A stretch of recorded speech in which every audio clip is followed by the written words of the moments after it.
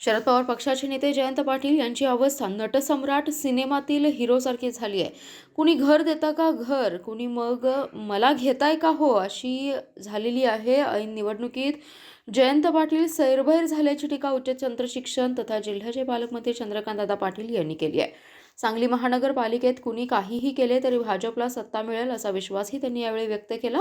सांगली महापालिका निवडणुकीमध्ये भाजप उमेदवारांच्या प्रचारासाठी आले असता पालकमंत्री पाटील बोलत होते. यावेळी आमदार सुधीर गाडगीळ, प्रदेश उपाध्यक्ष शेखर इनामदार, दीपक शिंदे यांच्यासह पदाधिकारी उपस्थित होते.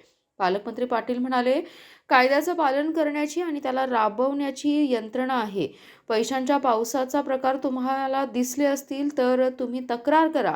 पराभवाची कारणं आत्ताच लिहून काढली जात आहेत. आमचा पराभव का झाला तर पैशांचा पाऊस झाला, मतं चोरी झाली, EVM प्रॉब्लेम, पैशांचा पाऊस अशी विविध कारणं ते देतील. पराभवानंतर कारण आठवणार नाही, त्यामुळे ऑन रेकॉर्ड ती आणून ठेवायची. महापालिका क्षेत्रात लोकांना सगळा विकास दिसतोय. विमानतळाचं सर्वेक्षण सुरू आहे. 3 हेलिपॅड उभारण्यात येणार आहेत. शेरी नाल्याचा प्रश्न सुटणार आहे. 2.5 वर्षात 100 कोटी दिले. त्याच काळात सांगलीतल्या असंख्य व्यापाऱ्यांच्या समस्या सोडवल्या असल्याचं त्यांनी सांगितलंय. पुण्यातील प्रोजेक्ट नरेंद्र मोदी यांच्या काळात पूर्ण झाले. तुम्ही आणणार कुठून पैसे? काही लोक म्हणतात मी मंत्रिमंडळात आहे, तुम्ही चिंता करू नका, पण तुमची मंत्रिमंडळात असून काय उपयोग?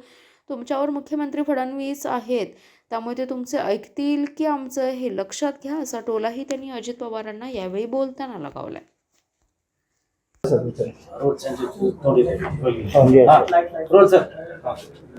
दादा, राष्ट्रवादीचे नेते जयंत पाटील यांनी भाजपला महापालिकेमध्ये प्रचाराच्या दरम्यान अशी उपमा दिली की भाजपची अवस्था ही पिंजऱ्यातल्या मास्तरासारखी झालेली आहे. त्यांच्या भूमिका आणि धोरणामध्ये सातत्य नसतं आणि ती तुंतुनी वाजवत हिंडतात. अशा तमाशा बंद करण्याच्या उद्देशाने ते आले, परंतु तमाशा त्यांना इतका नाद लागला की तेच तुंतुनी घेऊन पुढच्या रांगेत बसले ते म्हणले. जयंतरावांच्या ह्या वाक्यानंतर त्यांची स्थिती त्या नटसम्राटमधल्या नटसम्राटासारखी झाली आहे. कोणी घर देता का हो घर, कोणी घर देता का हो घर, तसं कोणी पक्ष घेताय का हो, मला घेताय का हो, मला घेताय का हो, अशी झाल्यामुळे ते सैरभैर झालेले आहेत. ओके, असंही सांगण्यात आलंय की या ठिकाणी आता प्रचंड पाऊस पडणार आहे, तुम्ही आंघोळ करून घ्या, अशा पद्धती ते सांगतायत. असं आहे की कायदा आहे, कायद्याचं पालन करण्यासाठी, त्याची अंमलबजावणी करण्यासाठी यंत्रणा आहे. तर असं तुम्हाला जर लक्षात आलं तर तुम्ही कंप्लेंट करा. हे कसं झालं आहे, पराभवाची कारणं आत्ताच लिहून काढणं चालू झालेलं आहे. आमच्या बरोबर काय झाला, पैशाचा पाऊस पडला, आमच्या बरोबर काय झाला तर काय मतचोरी झाली, काय मोठी यादीच आहे ना. आता मतचोरीचं आहे, EVM मध्ये प्रॉब्लेम आहे, पैशाचा पाऊस पडला आहे, नव्याने आमच्याकडे बिनविरोध कुणी नाही झाला तर तोही मुद्दा निघाला असता. त्यामुळे पराभवानंतर कारणं आठवणार नाहीत म्हणून ऑन रेकॉर्ड आता आणून ठेवायचं. दोन्ही राष्ट्रवादी एकत्र येण्याची चिन्ह पुढे म्हणतायत, चर्चा सुरू आहे.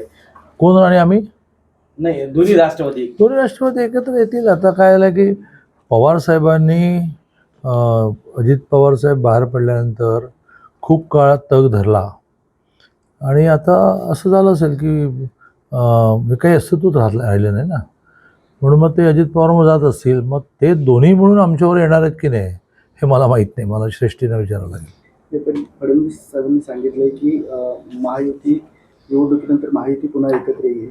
मग जर दोन्ही राष्ट्रवादी एकत्र येत असतील तर कसं, याकडे कसं असतं? म्हटलं ना की ही परिस्थितीच आकलनाच्या पलीकडची आहे, त्यामुळे त्याचं काहीतरी अंदाजे आकलन करण्यात अर्थ नाही. हे खरंच आहे की माननीय देवेंद्रजींचं असं म्हणणं नेहमी असतं की एकत्र काम केलं पाहिजे.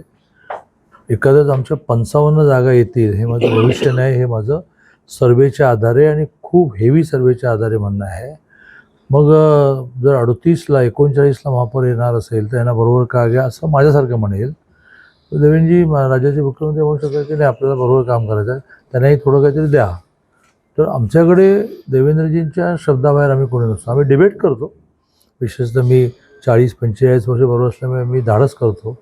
पण एका म्हणतो ठीक आहे तुम्ही सांगाल तसं करू, पण करूमध्ये ते दोघे आहेत की हे काय मला माहीत नाही. मुंबईमध्ये राज ठाकरे स्वतः प्रत्येक शाखेतून फिरत आहेत, उद्धव ठाकरे सुद्धा वारंवार मुख्यमंत्र्यांवर आरोप करत आहेत. काय स्थिती आली हो, की आम्ही मुख्यमंत्री असतानाही बाहेर पडायला तयार नाही, आता गल्ल्या गेल्यात फिरत आहे. ही स्थिती एकूणच युतीची आणि राज्याची ही उद्धवजींमुळे निर्माण झाली. 19ला 161 जागांवर आम्ही विजयी झालो होतो, 29 अपक्ष होते.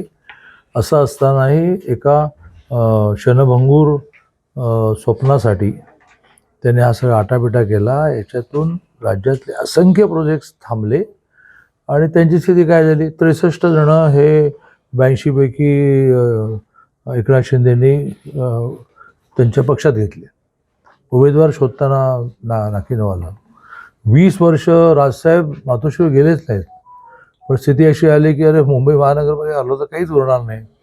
म्हणाले मग एवढं जर राजसाहेबांवर प्रेम होतं, 20 years is a big period, त्यात कधी तुम्हाला वाटलं नाही एकत्र यावं. आत्ता ज्या वेळेला हतबलता आली आणि ह्या हतबलतेमधून मराठी माणसाला सुद्धा मेसेज चालला की मराठी बेटी काही नाही, यांच्या अस्तित्वाची लढाई आहे. आणि मुंबईचे निकालही क्लिअर आहेत. मी आता सांगत नाही तुम्हाला, मला आता सांगलीपुरतं सांगू द्या. पण ज्यांना कोणाशी तरी पैजबीज करायची असेल तर मी मुंबईचे पण सांगेन काय. विरोधकांच्याकडनं अशी टीका केली जाते की अनेक मंत्री या निवडणुकीच्या काळात येथील खोटी आश्वासन देतील, भूलथापांना बळी पडू. असं आहे की ज्यांनी ऐकायचं आहे त्यांना अनुभव असा आहे की हे म्हणतात ते करतात. एक तरी गोष्ट अशी आहे का जी म्हटली आणि केली गेली नाही. पण त्यामुळे लोकांना ठरवू द्या ना की विश्वास ठेवायचा नाही. लोकांचा तुमच्यावर मात्र अविश्वास आहे की तुम्ही काहीच करत नाही. लोकांची खात्री आहे की तुम्ही काहीच करू शकणार नाही, कारण तुम्ही आणणारच कुठून पैसे. म्हणजे काल पुण्यामध्ये हा दावा केला मी जेव्हा मुद्दा उपस्थित केला की 2001 साली पुण्याच्या स्थायी समितीमध्ये तुम्ही मेट्रोचा विषय मांडला, ती व्हायला 2017 उजाडली, म्हणजे मोदीजी देवेंजी यायला आले. महिला साक्षात्कार झाला की नाही मनमोहन सिंगाच्या काळात सँक्शन झाली. आम्ही म्हणतोच ना मनमोहन सिंग कुठे, त्याच्या आधी 2001ला सँक्शन झाली.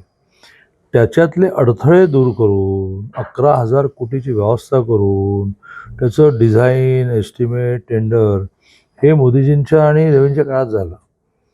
आणि त्यामुळे प्रत्येक विषयामध्ये मग त्यांनी पुढचं वाक्य असं म्हटलं की काय काळजी करता, मी सरकारमध्ये आहे, तुम्ही राज्यातून तुम्हाला राज्यात तुमच्या वर मुख्यमंत्री आहेत ना बाबा, त्यामुळे ते आमचं ऐकतील की तुमचं ऐकतील. सांगली महापालिकेमध्ये अजित पवार गटाचे उमेदवारांना काल तडीपार करण्यात आलेला आहे हो. आणि त्यांनी भाजपवरच आरोप केलेला आहे. अरे वा, म्हणजे असं त्यांचं म्हणणं आहे की त्यांना गुन्हे आम्ही करायला लावले, त्यांना केसेस आम्ही अंगावर घ्यायला लावल्या, त्यांच्यावर गुन्हेच नाही आहेत, त्यांच्यावर केसेस नाही. ते हद्दपारीची केस खूप दिवस चालली. किंबहुना ती प्रशासनाने न्याय देताना थोडा वाव द्यायचा असतो म्हणून जास्तच वेळ केस चालवली असं माझं मत आहे. मी पण महसूल मंत्री होतो, माझ्या पुढे महसूल केसेस चालवायचा, 2 किंवा 3 तारखांच्या पुढे मी थांबायचो. शेवटचा प्रश्न, आता निवडणूक शेवटच्या टप्प्यात आलेली आहे, कितपत विजयाची खात्री वाटते? किती उमेदवारीला? 55 लिहून ठेवा, एकमेकाशी पैज लावा. महापौर भाजपचं होणार. पण बीजेपीचं होण्याचं काही म्हणजे जरी समजा युतीतल्या पक्षांना बरोबर घ्यायचं म्हटलं तर काहीतरी असं ज्याला आपण म्हणतो की त्यांच्या ताकदीप्रमाणे देऊ, पण महापौर बीजेपीचंच राहील. दादा, काँग्रेसचे आमदार विश्वजित कदम यांनी एक आरोप केला आहे की भाजपकडून मुख्यमंत्र्यांकडून जे सांगलीच्या विकासाबाबत घोषणा केल्या आहेत त्या सगळ्या गाजर हलवा आहेत.